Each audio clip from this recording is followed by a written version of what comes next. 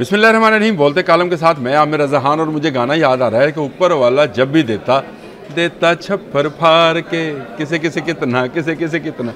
जी हाँ, छप्पर फाड़ कर कुदरत ने जब हमें तेल की दौलत दी है तो वो तेल ऐसा क्यों ना हो जो दुनिया में सबसे बेहतरीन तेल हो। यानी जो पाकिस्तान के समुद्रों में से तेल निकलेगा वो दुनिया का सबसे बेहतरीन आयल होगा।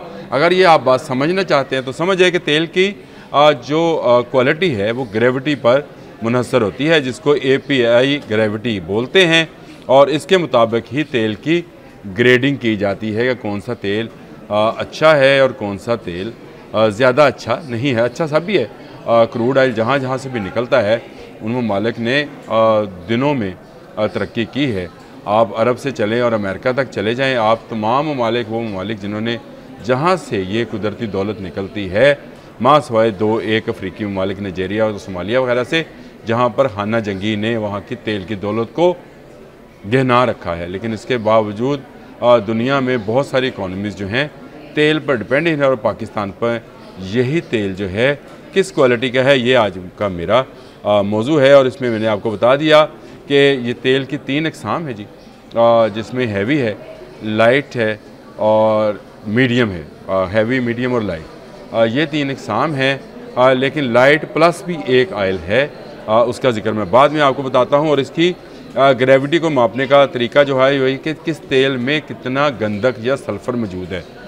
ये तेल में मकदार में मौजूद जो सल्फ़र है, अगर ये 0.5% हो तो ये बहुत आला क्वालिटी का तेल समझा जाता है, जबकि इससे ज़्यादा का आयल जो है वो सोर क्रूड कहलाता है। यानी वो इसको खट्टा क्रूड, यानी उसमें कहीं ना कहीं तेल तो वो भी है, लेकिन उसमें कुछ ख़राबियाँ मौजूद होती हैं। इसकी अगर आप इसको API ग्रेविटी देखें तो इसकी 35 से ऊपर होनी चाहिए, जो आला क्वालिटी का तेल है। और इसमें सल्फ़र 0.5 मैंने आपको बता दिया % होना चाहिए। और इसमें चिपचिपाहट जिसको कहते हैं, जिसको हम जो कि वैसलीन भी यूज़ करते हैं, वो भी कम मकदार में मौजूद हो। वैक्स कंटेंट जिसको बोला जाता है वो भी कम मकदार में हो। और इस वक्त दुनिया में मशहूर क्रूड ऑयल जो हैं उनमें ब्रेंट क्रूड है, ये नॉर्थ सी से निकलता है, आपको भी जानते हैं, बरतानिया के नॉर्दर्न साइड से निकाला जाता है। WTI है, ये वेस्ट टेक्सास का है, इंटरमीडिएट क्वालिटी का तो ऑयल है, जो कि अमेरिका से निकाला जाता है और अमेरिकन इसको इस्तेमाल करते हैं। ये बहुत ही अच्छा ऑयल भी है, लेकिन चलें इसको ख़ुद ये इंटरमीडिएट कहते हैं तो हम इसको कैसे कह सकते हैं। फिर उसके बाद नाइजीरिया में निकलने वाला है, ये बहुत हाई क्वालिटी का ऑयल है, इसको बोनी लाइट कहा जाता है। और सऊदी अरब समेत तमाम मिडल ईस्ट से जो निकलता है ये मीडियम क्वालिटी का ऑयल होता है। पाकिस्तान में जो सरफेस के अंदर ऑयल है ये भी उसी मीडियम क्वालिटी का है, जो कि अरब से निकलता है, ख़ासकर सिंध में। लेकिन पंजाब में जो ऑयल है वो लाइट है, वो है तो कम, लेकिन मौजूद जो है उसकी क्वालिटी आपको बताना ज़रूरी है, जो मैं आपको बता देता हूँ। अब API ग्रेविटी पे मैंने बात की थी तो 35+ ज़्यादा है और 20 से कम जो है वो बेहतरीन है। सल्फ़र मैंने 0.5 बताया, और अगर 0.5 से ज़्यादा हो तो ये अच्छी क्वालिटी नहीं समझी जाती है। उसके बाद रिफ़ाइंड यील्ड है, यानी ज़्यादा पेट्रोल, ज़्यादा डीज़ल जहाँ से निकलता है वो ज़्यादा मुफीद होती है। पाकिस्तानी के साहलों में निकलने वाला जो ऑयल है वो क्या है, ये मेरा वो बात थी जिस पर मैंने आपको कहा कि इसमें हमारे पास जो डाटा मौजूद है, जो इस वक्त का डाटा दुनिया ने कलेक्ट किया है, और दुनिया क्यों पाकिस्तान के ऑयल के ऊपर जो है ज़्यादा फोकस कर रही है, वो इसलिए कि पाकिस्तान से निकलने वाला ऑयल बहुत लाइट है। यानी पाकिस्तान के समुद्रों ऑफशोर से जो ऑयल निकलेगा वो बहुत ज़्यादा लाइट होगा। और इसको दुनिया में आपको पता क्या कहा जाता है, इसको स्वीट ऑयल कहा जाता है। जी हाँ, स्वीट ऑयल से मुराद ये है कि इसको रिफ़ाइन करना ज़्यादा आसान है। इसमें से जो बाकी चीज़ें जो पेट्रोल की जो ऑयल में से निकलती हैं, जिनमें कारतोल से लेकर फिर वैसलीन है, फिर आपके पास मुख्तलिफ़ किस्म के मोबाइल ऑयल्स हैं, फिर उसके बाद डीज़ल्स की मुख्तलिफ़ अक़साम निकलती हैं, फिर उसमें से कुछ धातें निकलती हैं, ये भी निकलता है जी। और इसमें से सल्फ़र को अलग किया जाता है, पानी को अलग किया जाता है और बहुत सारी जो चीज़ें हैं उनको ख़त्म करने के बाद फिर पेट्रोल शुरू होता है और डीज़ल के बाद पेट्रोल शुरू होता है और पेट्रोल में फिर हाई ऑक्टेन तक क्वालिटी जो है उसमें से रिफ़ाइन किया जाता है।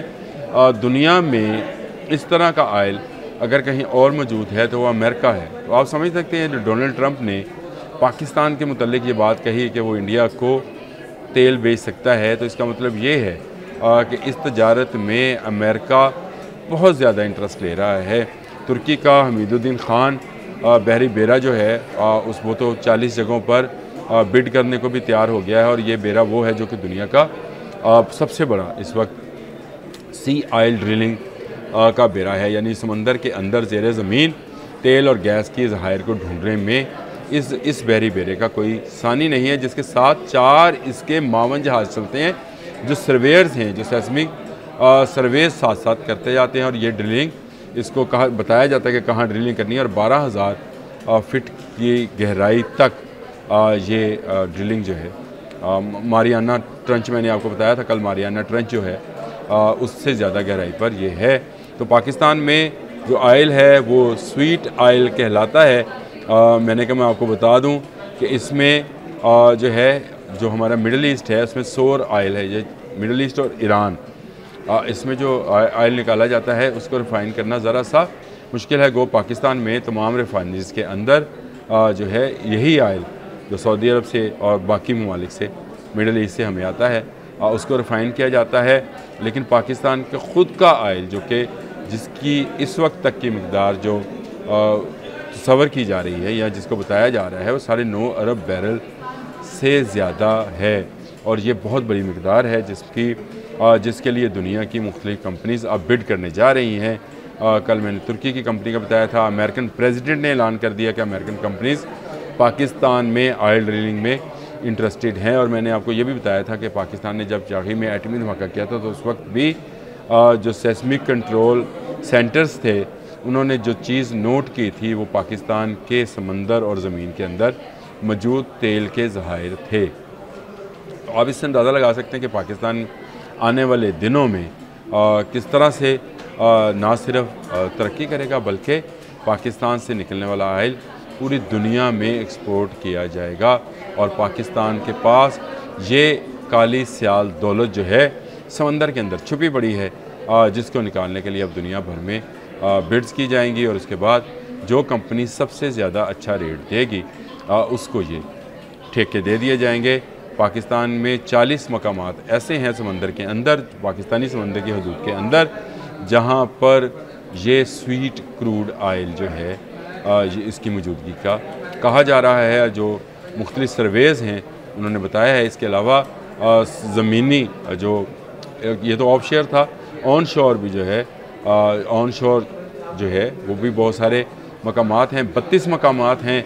इसकी तफसील अगर आप जानना चाहते हो तो मैंने पिछले दिनों इसकी मुकम्मल तफसील बताई थी, नाम बताए थे, जोन बताए थे कि खैबर पख्तूनख्वा से शुरू हो जाएं और फिर आप पंजाब, सिंध, बलूचिस्तान, चारों जोन्स में अल्लाह ताला ने आयल के ज़खायर दिए रखे हैं। यानी आपका ये लिया हासिलपुर जो है यहाँ पर भी ज़ेर ज़मीन आयल मौजूद है, बहुत गहराई में है और बहुत अच्छी क्वालिटी का आयल यहाँ पर भी है, उसकी मकदार जो भी हो। और सिंध में तो ड्रिलिंग भी शुरू हो गई। सिंध में तो 3 दिन पहले खुशखबरी भी आ गई कि वहाँ से 275 बैरल पर डे जो है आयल निकालना शुरू, एक कुएँ से निकालना शुरू किया गया है। मुझे लोग हैरान हो रहे थे, वो कह रहे जी एक कुएँ से इतना भाई, ये जहाँ ज़ेर ज़मीन जैसे आप ट्यूबवेल का ड्रिल मारते हैं तो आप एक जगह से जब पानी निकाल रहे होते हैं तो उसके बाद आप ये नहीं है कि आपने वहाँ से एकदम से सारा पानी जो है एक्सट्रैक्ट कर लेना है, उसको आप निकालते चले जाते हैं। तो इसी तरह के कुएँ जो हैं उस पूरे एरिया के अंदर जो है मुख्तलिफ़ जगह पर खोदे जाएंगे और वहाँ पर वो मशीन्स जिनको आप जराफ की तरह से इंजेक्ट करते हुए तेल को निकालते हुए अक्सर हम देखते रहते हैं अमेरिका, रशिया और जिन ममालिक में है। और उसके बाद ऑफशोर जो निकलता है तेल उसके लिए भी जो ड्रिलिंग की जाती है और उसके लिए जो मशीनरी है उसका नज़ारा अगर आप देखना है तो नॉर्दर्न सी आयल जो है उसको आप ब्रेंट जिसको बोलते हैं बरतानिया के समुद्रों में से निकलता है, उसका जायज़ा ले लें। बड़ी खुशकिस्मती और बड़ी दौलत जो है पाकिस्तान की दरवाज़े पर दस्तक दे रही है।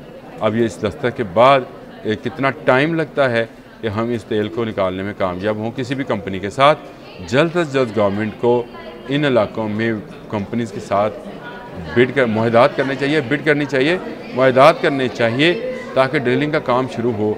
इस काम को शुरू होने के बाद भी एक तवील अरसा चाहिए होता है, बहुत तवील नहीं लेकिन तवील अरसा चाहिए होता है कि सामने पड़ा चाय का कप जो है आपके होंठों तक आ जाए। अब तक के लिए इतना ही। अल्लाह हाफ़िज़।